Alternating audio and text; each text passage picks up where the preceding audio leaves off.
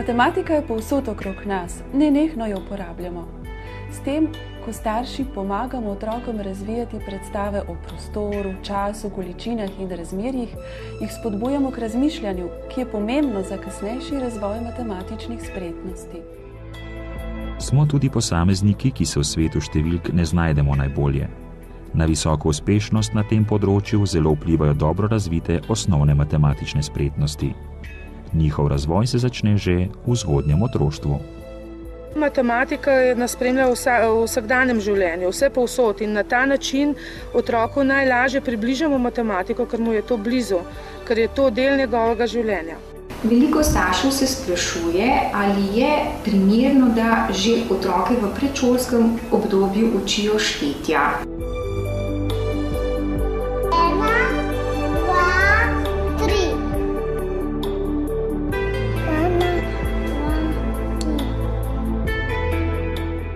Še predno začne otrok šteti in računati, je pomembno, da si pridobi nekaj znanja iz vsakodnevnega življenja. To so znanja pogosto iz jezikovnega področja, se pravi, da pridobi nove besede, nove pojme, kot so velik, majhen, blizu, daleč.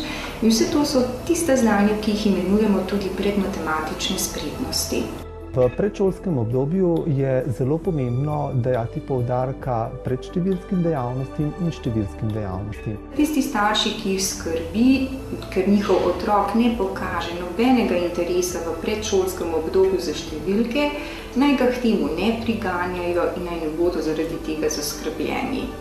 Pomembno pa je, da starši v predšolskem obdobju otroku pomagajo razvijati pojme, ki označujejo neke matematične odnose, se pravi pojme za višino, težo, velikost in pa nenazadnje tudi imena za barve in ostale lastnosti predmetov. Vsi ti pojmi so pomembni zato, ker jih kasneje otrok potrebuje za učinkovito ravnanje in računanje s števili. Razvrščamo z otrokom lahko na primer igrače. Razvrstimo jih na igrače, ki so iz plastike, igrače, ki so iz lesa, igrače, ki so iz pliša. Tukaj se otrok uči opazovati, vzpostavi neki red med igračami in ta red tudi lahko prešteje skupaj z nami. V vrtcu dajemo veliko poudarka na predmatematične spretnosti, in sicer barvo, štetje, predvidevanje, smer levo, desno, izrazi, kot so na spodaj, zgoraj, v. Te vsakodnevne dejavnosti res lahko dobro izkoristimo za prehod od konkretnega sveta, v katerem je otrok, do abstrakcij, v katerem pa se nahaja matematika.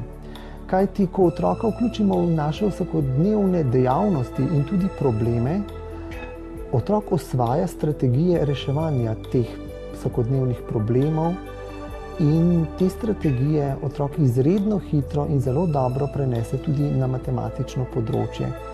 Otrok obvlada postopek od začetka do konca in v matematiki je mnogo nalog, kjer se zahteva točno določeni postopek. In te postopke otrok iz konkretne vsakodnevne situacije lahko prenese zelo hitro tudi na matematično področje. Čeprav nismo sami vešči na matematičnem področju, pa lahko otroku v predšolskem obdobju pomagamo, da si pridobi čim več izkušenj, ki so pomembne za kasnejše uspešno delo pri matematiki. Tako na primer mu lahko dovolimo, da nam pomaga v kuhinji pri tehtanju različnih snovi in s tem ugotavlja, kaj je težje, lažje, nam pomaga pri pospravljanju posode in zlaga posodo, manjše posode v večjo posodo, zlaga, razvršča predmete po velikosti, po barvi, razvršča zelenjavo, skratka veliko situacij, kjer lahko otrok sodeluje in nam pomaga. Starši lahko precej pomagajo nam vzgojiteljem s tem, da z otroki doma utrjujejo, kar so se v vrtcu naučili.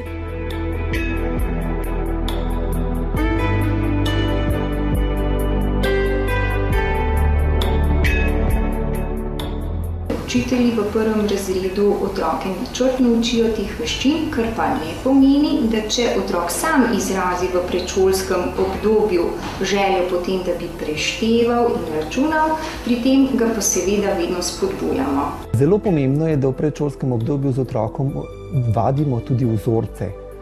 Vzorce delamo s konkretnimi materiali, recimo jabolka, hruška, jabolko, hruška. Lahko delamo tudi grafične vzorce, da vzamemo kakšne slike in imamo spet sliko jabolka, sliko hruške, sliko jabolka, sliko hruške. Lahko pa delamo vzorce tudi s simboli. Če ima otrok že toliko znanja in pokaže zanimanje za števila, za številke in za črke, lahko nizamo črke, naprimer A, B, A, B, lahko številke 1, 4, 1, 4 in tako naprej. Ne pozabimo pa, da imamo tudi gibalne vzorce in ritmične vzorce. Za predšolskega otroka je gibanje izredno naravno in spontano. In zato je dobro, da mi gibanje vključimo tudi pri spoznavanju matematičnih vsebin, kajti otrok svoje telo uporabi tako za izražanje čustev, za govor, naj ga pa uporabi tudi za učenje. Gibanje lahko povežemo zelo na preprost način s pojmom števila. Če s otrokom gremo po stopnicah, lahko štejemo stopnice, lahko preskakujemo stopnice in tako konkretno urimo njegov pojem števila. V predšolskem obdobju so naši otroci izredno dojemljivi za vse novo v okolju. In naši otroci se vsakodnevno srečujejo z matematičnimi vsebinami. Če malo pomislimo, otrok, ko gre po cesti z nami na sprehod, vidi števila. Ko gre z nami do stanovanja, hodi po stopnicah, sliši pogovor med nami o plačevanju položnic. Meni matematika zato všeč, ker z njo lahko naredimo veliko stvari, si lahko pomagamo pri različnih stvarih, kot so družabne igre, pa lahko tudi kakšne druge igre, ni nujno, da so samo družabne. Mnogi mislijo, da je matematika najmanj priljubljen predmet v šoli, vendar pa so rezultati raziskav pokazali, da v prvih razredih osnovne šole otroci zelo uspešno delajo matematiko, kasneje postane to eden izmed srednje priljubljenih predmetov, vendar je pa žal res to, da imajo pri tem predmetu največ negativnih ocen. Matematika je zame zabava in sprostitev.